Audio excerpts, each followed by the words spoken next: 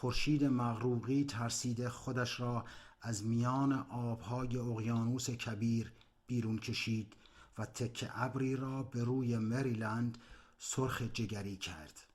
خورشید بالا آمد و قد یک توپ سرخ بسکتبال پشت شیشه عقب جا خوش کرد. همانجا ماند و حاله سرخ و لوند پشت سر دختر در شیشه عقب ماشین به سبک سالوادور دالی نقاشی کرد.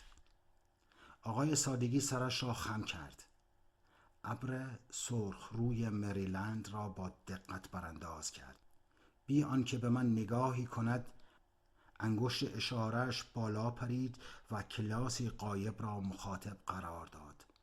زینب است، قمری محل، اسمی که مادرت روی دختر من. چه شده؟ من و او شاهد سنگسار مادرش بودیم. سنگسار؟ بله آقا، سنگسار یک زن 50 ساله.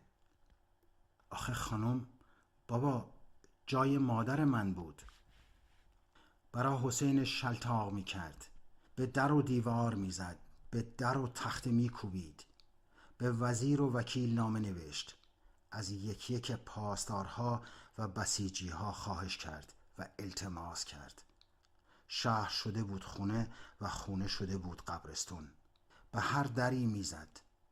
خب پسرش بود، می خواستش. رفتم پیش قاضی شهر موسوی، تو که خوب می شناسیش، واحد العین، همکلاس دانشکده جنابالی. گزندگی لحنش از همکلاس بودن من با قاضی شهر دلم را سخت آزرد. دلم نمیخواست توی ذوقش بزنم، علل خصوص حالا که در فاصله این چنینی جرأت کرده بود چیزی خلاف شرع و شارع و شریعت به زبان بیاورد. اما دلم را سوزاند که ما را در استقرار این جمهوری مقصر اصلی بداند. این بود که گفتم آقای صادقی، ما در سقوط شاه سعی داشتیم دست اول را بازی کنیم. فقط می‌کوشیدیم که دست اول را داشته باشیم. اما در استقرار این جمهوری همه من از ناآگاهی و جهل رو دست خوردیم. درسته که ما از اینا حمایت کردیم، اما برای حفاظت از بیضه اسلام نبود. جوابم را نداد. یعنی عادت کرده بود که چنین سخنان گوهرباری با چنین لحن زیبایی را از من بشنود و دم نزند. درد خودش هم بسیار گرانتر از آن بود که توجهی به خرد فرمایش من بکند. پس ادامه داد: آخه حضرت حجت الاسلام، ما با همین جمهوری رو بنا کردیم. ما خیلی پیش از اینا خور و خوابمون حروم شده بود. ما حسینی ارشاد و با کف دست بنا کردیم. رو به من کرد و زل زد. آنقدر نگاهش تند و خیره بود که خیابان و ترافیک را از یاد بردم. به چشمهایش نگاه کردم که بداند به حرفش دل دادم. یعنی حرفش حرف دلم بود. خودم پیش از این به پسرش، به حسینش گفته بودم. چقدر سعی کرده بودم به خودش همحالی کنم. زل زده به چشمهایم نگاه کرد و گفت: میدانی از خدا بی خبر به من چه گفت؟ دیگر دادم در آمده بود. چه شبها که با او درباره تاریخ بحث کرده بودم، از اول تا به آخر 23 سال دشتی را. کتاب العقیدة الشریعه گلدسیه را گفته بودم. خودم خروار سند و مدرک پیدا کرده بودم. او هم همیشه کوشیده بود با هزار لیت و لعل، شاید و باید و اگر همه چیز را توجیه کند. گفتم طبق قانون وراثت با نام و نشانی که از جد اطهرش داره، موضوع بایست حول و محور سکس و سیغه و چپاندن و اینجور چیزا بوده باشه. در 40 سالی که می شناختمش هرگز کلمه‌ای به زشتی و رکاکت به زبان نیاورده بود. هیچ کسی هم جرأت نمی کرد پیش او از اسافل الاعضا نامی به زبان بیاورد. اما به من چیزی نمی گفت. یعنی چارهش در برابر دهن بیچاک و بست من ناچار شده بود. حتی یک بار که چیز تندی از عبید زاکانی برایش خواندم لبخندی زد و گفت من تو را سگ محل کردم، هرچه میخواهد دل تنگت بگو. تأملی کرد، میخواست باز در باب عفت کلام و عصمت زبان چیزی بگوید، اما صورتش را با تلخی از من گرداند و آن را با هر دو دست پوشاند و فشار داد. خواب یا خستگی یا موجی از درد و حرمان را از سر و صورت خود بیرون راند. با کمی طمأنینه دستهایش را باز کرد و در صیغه جواب از من پرسید واقعا نمیدونی چه گفت؟ دلم نمیخواست مهمان آزرده‌ای را که آوار بر سرش خراب شده، عزای زن و پسرش را و بی سر و سامانی دخترش را غربال حضور ناخوانده‌اش در جایی کرده است که صاحب خانه هم از حضور خودش شرم دارد آزرده باشم. اما میبایست جایی بایستم و به صحت حرفهایی که گفته بودم و نشنیده بودند، گفته بودم و پوزخند زده بودند، بعد هم که فرو افتاده بودند طرز گفتن مرا زیر سوال برده بودند. شاهد بگیرم. گفتم آقا حالا ببینین حال پدری را که دخترش در خانه شوهر بالغ شده است، حالا ببینین پدری را که دخترش به مردی شوهر داده می شود که نیم قرن از او بزرگتر است. چه کشیده است آن پدر؟ ببینین کسی که به امر یلدنگشن مجبور شده زنش را طلاق دهد تا ایشان دخول فرماید. چه کشیده است آن مرد؟ دستش تا زیر سیبیلم رسیده بود، چیزی نمانده بود. نمیدانم میخواست با سیلی آبداری صورت ناخوابی کشیده و نتراشیده‌ام را سر حال بیاورد یا از سر استیصال آن را لمس کند که پس کشید و روی سرصندلی من فرود آورد و گفت خدا لعنت کند تو را. این حرفها را تو در خانه من باب کردی. خانم هم همین را گفت. از خانم بیشتر توقع داشتی. بیشتر چه میخواستی؟ مثل این که لقی زبان شما با 4 میخ انگلیسی هم سفت نشده است. زیادتر هم شده است. همه مشتریای ما آخر شب از جندخونه میان، اما هنوز از خیلی ها با شرفترند. آقا میگذارید حرفم را بزنم؟ پدر و مادر سگ رو به من کرده و میگوید چیزی که عوض دارد گله ندارد. صبر کردم و چیزی نگفتم. نمیفهمیدم حضرت حجت الاسلام و المسلمین موسوی واحد العین از معلم من چه خواسته است. اول فکر کردم زنش را خواسته، اما بعدش به شک افتادم که شاید از خود پیرمرد تقاضای لواط کرده باشد. دور از عقل می نمود، چرا که اگر لواط با من برابر آزادی پسرم باشد آن را به 2 دیده منت قبول می کنم. حتی طرف را با دوش خودم تا محل واقعه می برم، اگر چه در محراب مسجد شیخ لطف الله باشد. پس آخر چه می خواست؟ گفت من برای خودم که نه، برای ارشاد و نشان دادن راه اسلام می خواهم. دخترتان را می گیرم و پسرتان را پس می دهم. یعنی زینبو؟ از دختر کوچیکه خودشم کوچیکتره. معامله خوبی بود. شاید ما هم به آلاف و الوفی می رسیدیم. 100 دفعه فریاد زدم خفه شو نهرو، جوان بمیر ایندرا گاندی. این خاک سلطان محمود است، با انگشت به در کردهش به دنبال قرمطی. گفتم حضرت آیت الله. گفت حجت الاسلام. گفتم آقای موسوی. چشم لوچش را به هم زد. حتی عینک دودی ساخت صهیونیست های آلمان هم نتوانست اسمی را که سر کلاس صداش می کردند مخفی کند. گفتم آقای حضرت آیت الله حجت الاسلام الواحد العین، من از رساله مشعب الفضل حلال خور تقلید می کنم. من رفیق آشیخ محمد خیابونیم. دستش را از بین صندلی و در عقب برد و زانوی دخترش را محکم گرفت. صورتش را به طرف من چرخاند و با صدایی بلند گفت: رسیدیم دختر، رسیدیم. همه خرابه های دنیا یک قد و یک اندازن. گره کراواتش را شل کرد و 2-3 نفس عمیق کشید. چشمش همه جا را دو زد. چیزی نیافت که خود را به آن تسلی دهد و به من بازگشت.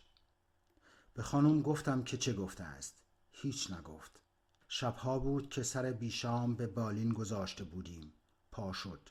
بی کلمه‌ای، بی حرفی. غذایی پخت که در تمام مدت زناشویی من نخورده بودم. اصلاً اشتها نداشت. به خاطر من و این یتیم مانده خورد. اما خورد. بعدش رفتیم توی رخت خواب. دور از حضور شما او میل کرد. شاید با آن کار به هلیت میخواست.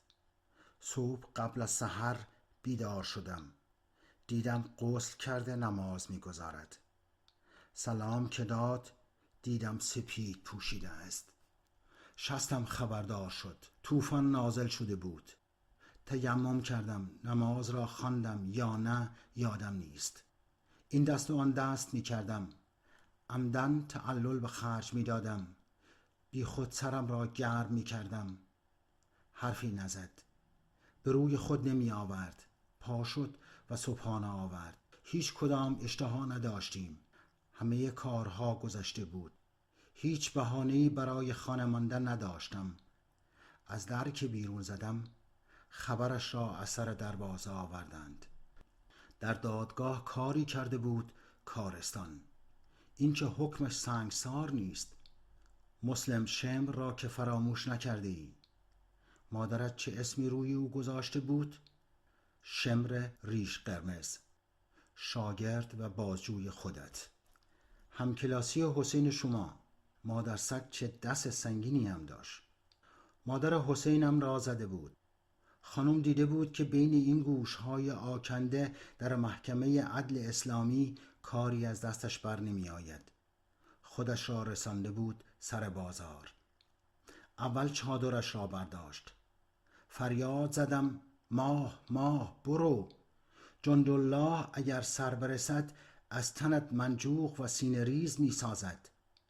صدای مرا شنید یا نه نمیدانم. تور روی سرش را برداشت. شاید باور نکنی که حتی مورچه ها هم صف کشیده بودند. نفس از قفس هیچ کس در نمی آمد. سیل جمعیت از هر طرف روان بود. تور روی سرش را برداشت. پیش سینه پیراهن عروسیش را جر داد. 2 پستانی که با بهترین انارهای ساوه پهلو میزد بیرون افتاد. عجبان که تا آن موقع نفهمیده بودم سینه های زنم تا این حد بزرگ و زیبایند. زن و مرد خفه شده بودند. خودش آغاز سخن کرد. نه، اول پستانهایش را تکانی داد. بعد گفت: دخترم را در برابر پسرم خواستند. این زناست. اگر شما زناکارید که هستید، این من. بیایید با من زنا کنید. زنا در روح و ذهن شما از ابتدای تاریختان طبل زیر گلیمتان بوده است. شما زنا خوب میدانی که گله عقل ندارد. یک بز که به آب بزند بزهای دیگر سوال نمی کنند. اینجا بود که سنگ اول روانه شد. چه کسی بود من نمیدانم. گناه هیچ کس را نمی شویم. شاید شبلی پاره گلی به موافقت یا بروتوس با خنجری برای دموکراسی. سر پیچ رز رو ور روت زدم رو ترمز. بوق ماشین عقبی به صدا در آمد. کلفتی چیزی را که حواله مادرم شده بود توی هوا تخمین زدم. دختر روی صندلی عقب تکانی خورد. بی آنکه صدایش رشه‌ای از اشک و ناله باشد گفت: معامله خوبی بود. مگه ما زنان نباید تابون زیستن در سرزمین دروغ و دود و اذانو بدیم؟ اگه زنش شده بودم، سپید پوش خونه ما، حسین ما، خفه شده بودیم. خفه من کرده بودند. دلم سیر و سرکه شده بود. آرزو می کردم جلو ماشین عقبی ترمز کنم. 10 بار راه بیندازم. آخر من اینها را به کجا می برم؟ من که خانه‌ای ندارم، من که سرپناهی ندارم. چه می توانستم برای این در درها بکنم؟ با سرعت کم می راندم که ماشین‌های عقبی را کفری کنم، بلکه دستی از آستین درآید و مرا از این مخمصه نجات دهد. برای آنکه سکوت را شکسته باشم پرسیدم: آقا آدرس من از کجا گیر آوردین؟ باز دستش بالا آمد، توی هوا معطل شد، با بلا تکلیفی روی موهای سپید فرو ریخته‌اش کشیده شد. قسم میخورم که چقدر دلش میخواست باز هم موهای سرم از ته تراشیده بودند تا او بتواند با کف نرم محبت آمیزش آنها را نوازش کند. اما دستش در هوا چرخی زد و کنارش روی صندلی پلاستیکی ماشین فرود آمد. گفت: میدونی که زمین از حجت خدا خالی نمیمونه. اینو از ناصر خسرو داریم، یادت نره. از فاتحه اهل قبور شب جمعه برمیگشت. روی سکوی آب انبار حاج مبتقی نادری نشسته بود که نفس تازه کنه. سلامش کردم. با آنکه جواب سلام واجب است گفت: آقا قمری خانم طولک شده، پرش بده، پیش از اونی که کچل بشه. پرش بده. دستش بالا آمد. دست مادرتو میگم. دست خودشم بالا آمد تا فاصله کت و پیرهنش. دستش برای گرفتن کیف چرمی بغلیش حاضر شد. انگشتانش حتی میدونستن چه صفحه‌ای از دفترچه رو باید باز کنند، اما منصرف شد و دستش را پایین آورد. گفتم: آقا بی خود نیست که دستای شما بوی پستونای ننه منو میده. دستش آنچنان به سرعت به جیب بغل فرو رفت و پاکت نامه را از میان کیف چرمی بیرون آورد که فکر کردم شعر هیچ آداب و ترتیبی مجوی را معنی می کند. این پاکت نامه را توی سینه بندش بیرون آورد و به طرف من دراز کرد. گفت: آقا میدونم شما عاقل‌تر از اونین که اونقدر دور برین، اما این تنها چیزیه که من دارم. شاید یه روز به دردتون بخورد. به درایوی خانه پیچیدم. میان ماندن و رفتن مانده بودم تا جلو به گاراژ خانه گاز دادم. خب بعدش هم ترمز کردم. از ماشین بیرون پریده و در کرکره گاراژ را بالا زدم. پیاده شد. کف دستهایش را به هم مالید. هوای صبح را تا عمق ریه هایش فرو کرد. نفسش را با صدا بیرون داد. من در عقب را باز کردم.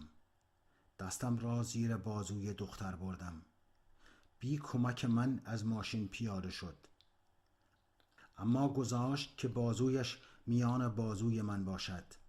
تا داخل گاراژ او را همراه خود بردم. بی هیچ شرمندگی به قمری محله من گفتم: میبینید زینب خانم؟ همیشه برای رسیدن به خرابه شام باید از کربلای حسین عبور کرد. خورشید مغربی ترسیده خودش را از میان آبهای اقیانوس کبیر بیرون کشید و تکه ابری را به روی مریلند سرخ جگری کرد. خورشید بالا آمد و قد یک توپ سرخ بسکتبال پشت شیشه عقب جا خوش کرد. همانجا ماند و حاله سرخ و لوند پشت سر دختر در شیشه عقب ماشین به سبک سالوادور دالی نقاشی کرد. آقای سادگی سرش را خم کرد. ابر سرخ روی مریلند را با دقت برانداز کرد. بی آنکه به من نگاهی کند انگشت اشارهش بالا پرید و کلاسی غایب را مخاطب قرار داد. زینب است. قمری محل. اسمی که مادرت روی دختر من چه شده؟ من و او شاهد سنگسار مادرش بودیم. سنگسار؟ بله آقا، سنگسار. سنگسار یک زن 50 ساله. آخه خانم، بابا جای مادر من بود. برا حسین شلتاق می کرد. به در و دیوار می زد. به در و تخته می کوبید. به وزیر و وکیل نامه نوشت. از یک یک پاسدارها و بسیجیها خواهش کرد و التماس کرد. شهر شده بود خونه و خونه شده بود قبرستون. به هر دری میزد. خب پسرش بود، میخواستش. رفتم پیش قاضی شهر موسوی، تو که خوب میشناسیش، واحدالعین، همکلاس دانشکده جنابعالی. گزندگی لحنش از همکلاس بودن من با قاضی شهر دلم را سخت آزرد. دلم نمیخواست توی ذوقش بزنم، علل خصوص حالا که در فاصله این چنینی جرأت کرده بود چیزی خلاف شرع و شارع و شریعت به زبان بیاورد. اما دلم را سوزاند که ما را در استقرار این جمهوری مقصر اصلی بداند. این بود که گفتم آقای صادقی، ما در سقوط شاه سعی داشتیم دست اول را بازی کنیم. فقط می‌کوشیدیم که دست اول را داشته باشیم. اما در استقرار این جمهوری همه من از ناآگاهی و جهل رو دست خوردیم. درسته که ما از اینا حمایت کردیم، اما برای حفاظت از بیضه اسلام نبود. جوابم را نداد. یعنی عادت کرده بود که چنین سخنان گوهرباری با چنین لحن زیبایی را از من بشنود و دم نزند. درد خودش هم بسیار گرانتر از آن بود که توجهی به خرد فرمایش من بکند. پس ادامه داد: آخه حضرت حجت الاسلام، ما با همین جمهوری رو بنا کردیم. ما خیلی پیش از اینا خور و خوابمون حروم شده بود. ما حسینی ارشاد و با کف دست بنا کردیم. رو به من کرد و زل زد. آنقدر نگاهش تند و خیره بود که خیابان و ترافیک را از یاد بردم. به چشمهایش نگاه کردم که بداند به حرفش دل دادم. یعنی حرفش حرف دلم بود. خودم پیش از این به پسرش، به حسینش گفته بودم. چقدر سعی کرده بودم به خودش همحالی کنم. زل زده به چشمهایم نگاه کرد و گفت: میدانی از خدا بی خبر به من چه گفت؟ دیگر دادم در آمده بود. چه شبها که با او درباره تاریخ بحث کرده بودم، از اول تا به آخر 23 سال دشتی را. کتاب العقیدة الشریعه گلدسیه را گفته بودم. خودم خروار سند و مدرک پیدا کرده بودم. او هم همیشه کوشیده بود با هزار لیت و لعل، شاید و باید و اگر همه چیز را توجیه کند. گفتم طبق قانون وراثت با نام و نشانی که از جد اطهرش داره، موضوع بایست حول و محور سکس و صیغه و چپاندن و اینجور چیزا بوده باشه. در 40 سالی که می شناختمش هرگز کلمه‌ای به زشتی و رکاکت به زبان نیاورده بود. هیچ کسی هم جرأت نمی کرد پیش او از اسافل الاعضا نامی به زبان بیاورد. اما به من چیزی نمی گفت. یعنی چاره‌اش در برابر دهن بیچاک و بست من ناچار شده بود. حتی یک بار که چیز تندی از عبید زاکانی برایش خواندم، لبخندی زد و گفت: من تو را سگ محل کردم، هرچه میخواهد دل تنگت بگو. تأملی کرد. میخواست باز در باب عفت کلام و عصمت زبان چیزی بگوید، اما صورتش را با تلخی از من گرداند و آن را با هر دو دست پوشاند و فشار داد. خواب یا خستگی یا موجی از درد و حرمان را از سر و صورت خود بیرون راند. با کمی طمأنینه دستهایش را باز کرد و در صیغه جواب از من پرسید: واقعا نمیدونی چه گفت؟ دلم نمیخواست مهمان آزرده‌ای را که آوار بر سرش خراب شده، عزای زن و پسرش را و بی سر و سامانی دخترش را غربال حضور ناخوانده‌اش در جایی کرده است که صاحب خانه هم از حضور خودش شرم دارد، آزرده باشم. اما می بایست جایی بایستم و به صحت حرفهایی که گفته بودم و نشنیده بودند، گفته بودم و پوزخند زده بودند، بعد هم که فرو افتاده بودند طرز گفتن مرا زیر سوال برده بودند.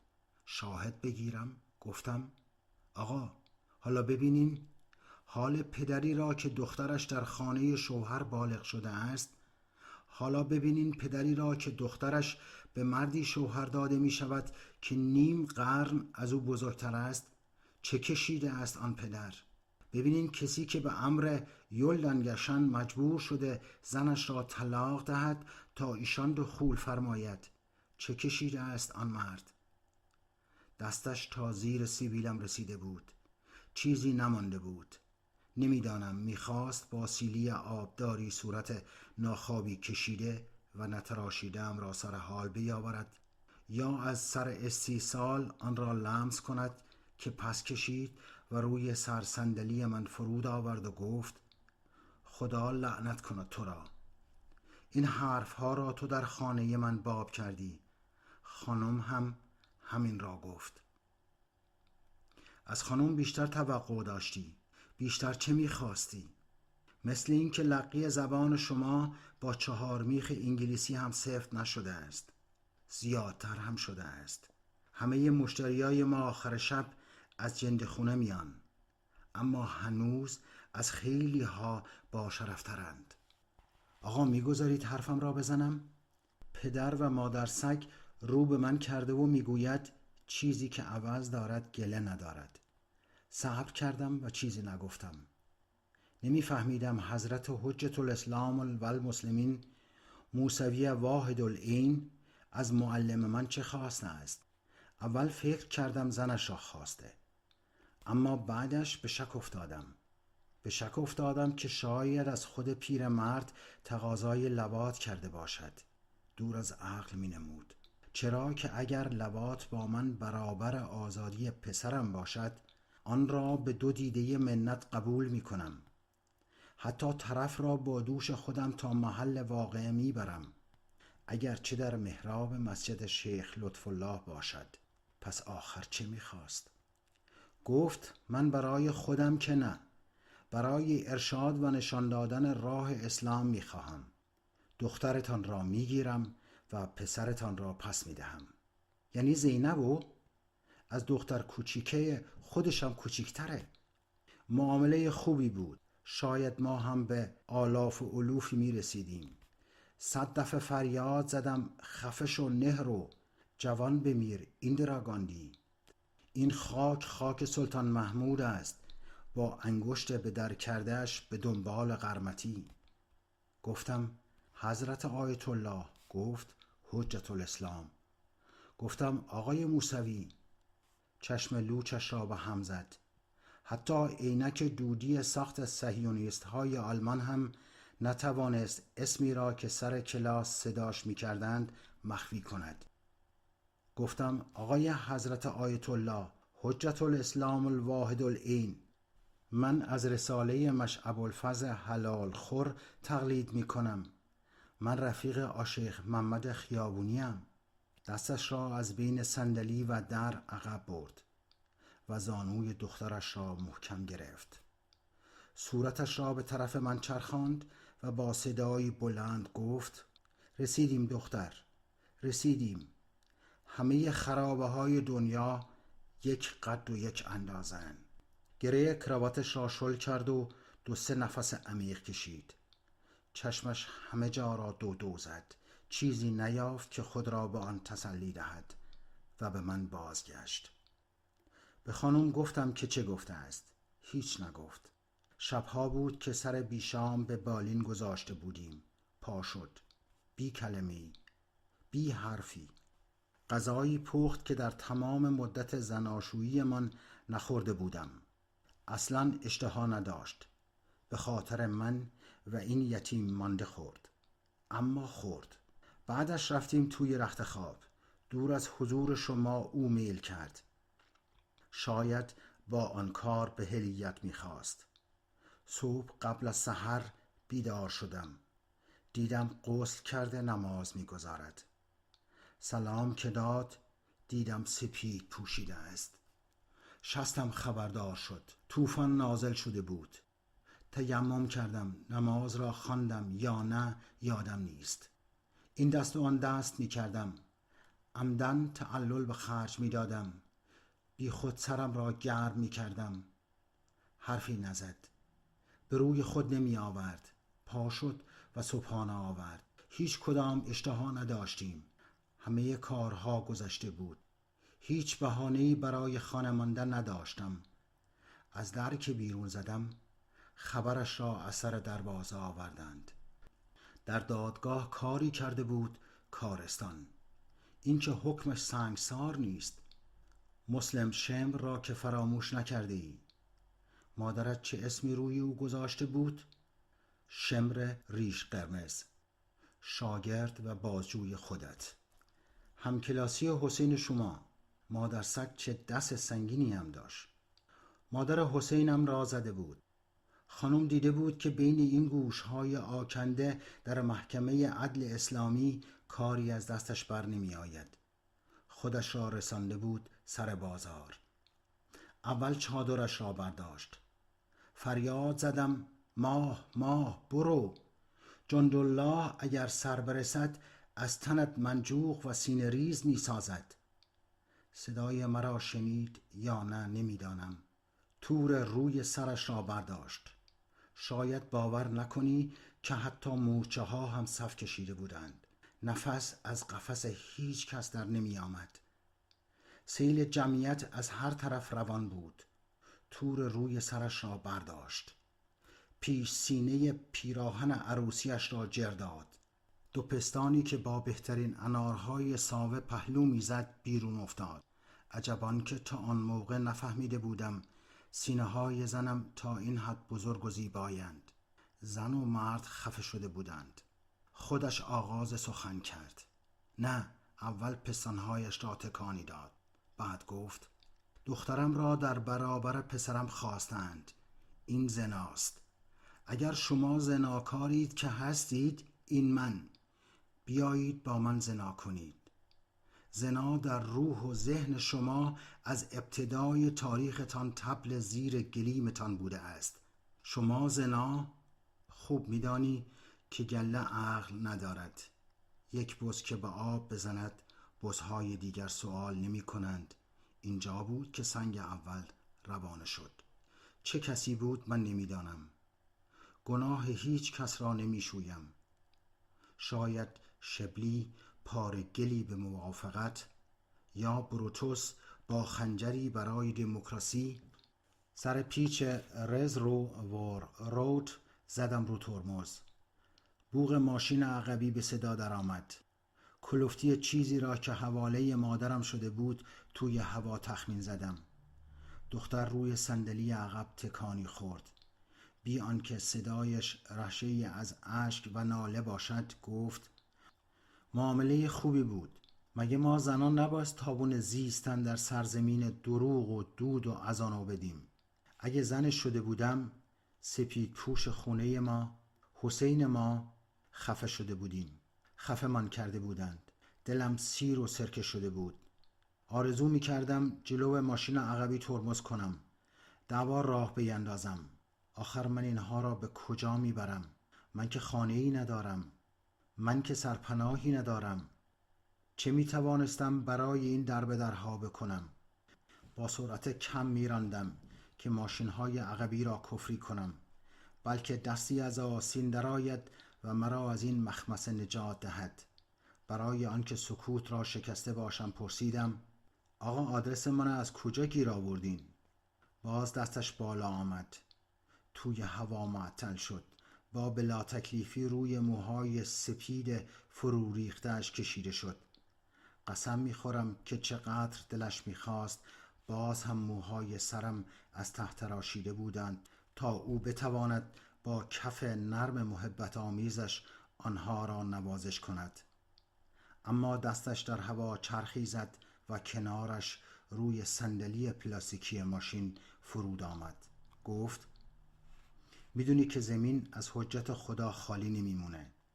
اینو از ناصر خسرو داریم. یادت نره. از فاتحه اهل قبور شب جمعه برمیگشت. روی سکوی آب انبار حاج مبتقی نادری نشسته بود که نفس تازه کنه. سلامش کردم. با آنکه جواب سلام واجب است گفت آقا قمری خانم طولک شده. پرش بده. پیش از اونی که کچل بشه. پرش بده. دستش بالا آمد. دست مادرتو میگم. دست خودشم بالا آمد تا فاصله کت و پیرهنش. دستش برای گرفتن کیف چرمی بغلیش حاضر شد. انگشتانش حتی میدونستند چه صفحه‌ای از دفترچه رو باید باز کنند، اما منصرف شد و دستش را پایین آورد. گفتم آقا بی خود نیست که دستای شما بوی پستونای ننه منو میده.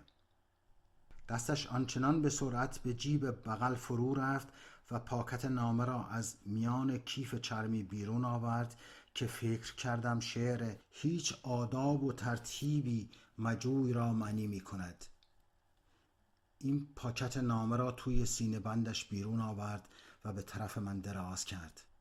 گفت آقا میدونم شما عاقل‌تر از اونین که اونقدر دور برین، اما این تنها چیزیه که من دارم. شاید یه روز به دردتون بخورد. به درایوی خانه پیچیدم.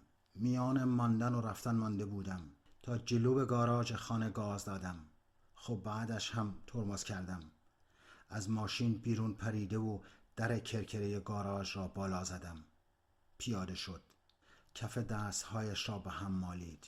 هوای صبح را تا عمق ریه هایش فرو کرد. نفسش را با صدا بیرون داد.